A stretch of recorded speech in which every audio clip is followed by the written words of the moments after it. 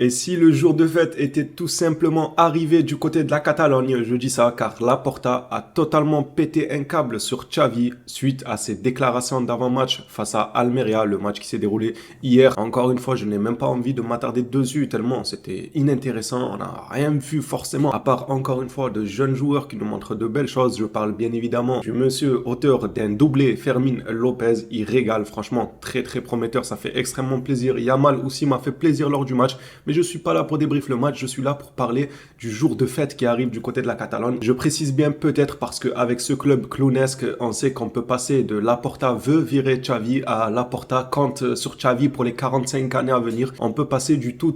Donc on va quand même garder des pincettes et dire peut-être. Je vais vous expliquer dans cette vidéo qu'est-ce qui s'est passé entre Laporta et Xavi, quelles ont été les déclarations de Xavi et surtout pourquoi je dis que c'est un jour de fête mais je ne suis pas forcément très content. Je vais vous expliquer pourquoi. Les Blaugrana, si le contenu vous plaît, n'hésitez pas à mettre un petit like à la vidéo, le petit abonnement. Je vous laisse avec cette vidéo actualité pour tenter de me comprendre un peu parce que dans ma tête c'est flou. D'un côté je suis content et d'un côté pas content. Commençons par cette information de Directo Goal. Bon, ce qui est fou dans cette histoire là, c'est que tous les médias s'alignent pour dire que c'est vrai. Laporta est en train de faire la tête à Xavi car il n'a pas aimé ses déclarations. Il y a le côté des supporters qui vont dire super, Xavi va être viré.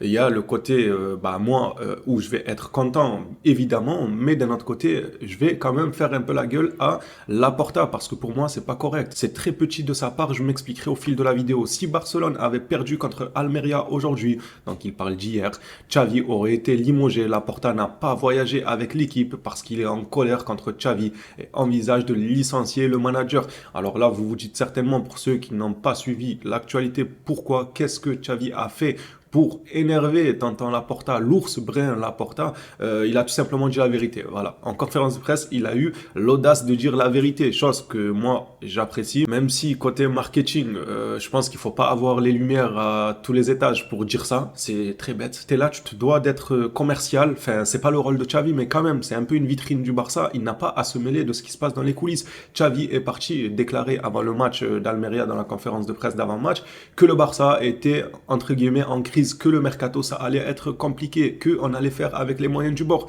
Alors c'est tout simplement la vérité, une vérité que tout le monde connaît, mais elle n'est pas réellement sortie de la bouche de nos dirigeants. Quand c'est Laporta, ouais en 2024 je vais ramener Haaland, ouais en 2026 je vais faire signer 4 aliens au FC Barcelone, ouais là j'ai un levier économique qui arrive, non ne vous inquiétez pas tout va bien, oui Mbappé on a des chances. Vous savez, lui il vend énormément d'optimisme Laporta. Même si de l'extérieur on savait tous que le club était dans une situation délicate, ce que je veux dire c'est que aucun dirigeant n'avait osé le dire publiquement que c'était une crise, c'était compliqué, que le mercato il allait être plat. C'était que des journalistes qui nous annonçaient ça. Maintenant, c'est Xavi lui-même qui annonce ça. Alors, qu'est-ce que ça peut avoir comme répercussion? Tout simplement, côté marketing, c'est pas bon. C'est pas bon, que ce soit pour tes futures négociations, que ce soit avec les agents ou peu importe. Même tout ce qui est sponsor et tout, tu viens, tu dis ouais, on a rien. C'est la crise, les gars, on a rien. Venez pas chez nous, hein. Nous, on est dans le mal. C'est quoi ça?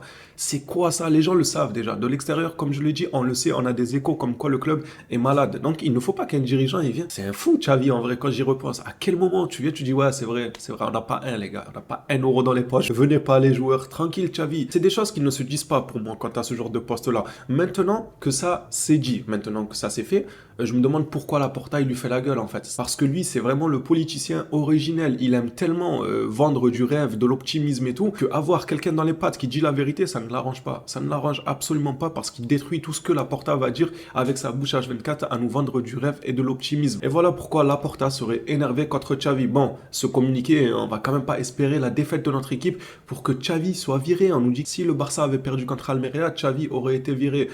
Très bien, mais Laporta nous avait dit que perdre aurait des conséquences. On a déjà perdu par le passé. On va pas non plus espérer des défaites à chaque match de notre club pour espérer que le coach soit viré. C'est pas comme ça que ça marche quand même. Faut doser. On a déjà perdu. Perdre a des conséquences. Faut voir les actes de ces conséquences. On va pas tout le temps espérer une défaite. Passons à la suite. Comme je vous l'ai dit, il y a beaucoup de journalistes qui s'accordent à dire la même chose. Et ça fait un peu peur pour Xavi parce que ça veut dire que c'est probablement vrai. C'est pas un journaliste qui s'amuse à lancer une rumeur de son côté. Voilà, il a pété un câble, il sort un petit article et tout. Là, quand c'est plusieurs journaux, plusieurs journalistes qui se disent la même chose, comme je vous le dis souvent, c'est que c'est probablement vrai. La continuité de Xavi n'est plus garantie à 100%. Les prochains jours seront décisifs et on suivra ça de très près ensemble. Et j'attends vos retours. Est-ce que vous y croyez au fait que Xavi va tout simplement être viré ou est-ce que pour pour vous, c'est juste de la spéculation et Xavi restera au poste d'entraîneur du FC Barcelone. Selon Elena Cangis, Laporta est en colère contre Xavi et ses proches lui conseillent de le limoger. Du côté de Vemalo, des sources proches de Laporta affirment que Xavi ne sera pas l'entraîneur de l'équipe la saison prochaine. Comme vous le voyez, les informations défilent, les journalistes ne sont pas les mêmes, mais l'information dans le fond reste la même. Laporta en colère contre Xavi, Xavi qui risque de perdre son poste, Xavi qui risque d'être viré.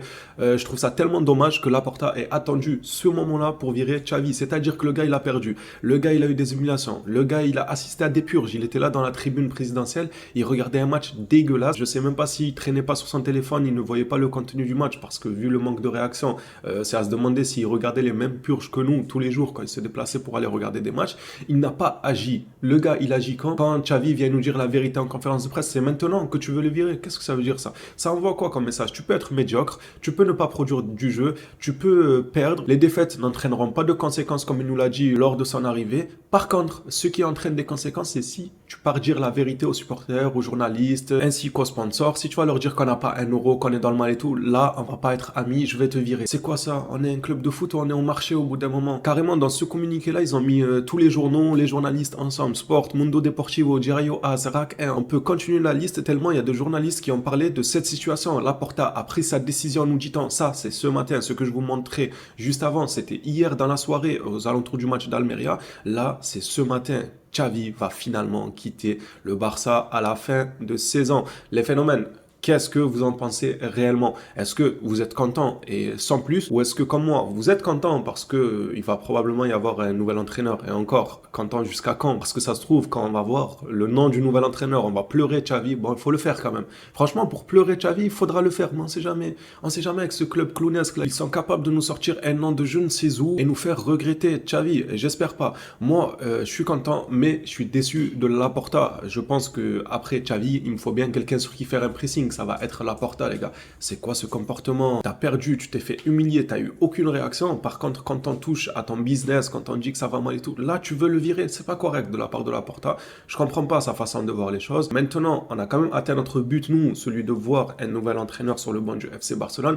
Mais de cette manière-là, je trouve ça assez dégueulasse et incohérent pour Laporta. Donc Laporta, soit prêt à recevoir un pressing de ma part. Je pense qu'il va perdre du poids tellement on va lui faire un pressing lui aussi. Ça suffit de nous vendre du rêve. Si tu veux faire politicien, postule pour la présidentielle dans un pays, fera un très bon candidat, j'en doute pas, mais laisse les supporters du FC Barcelone tranquilles au lieu de leur vendre du rêve.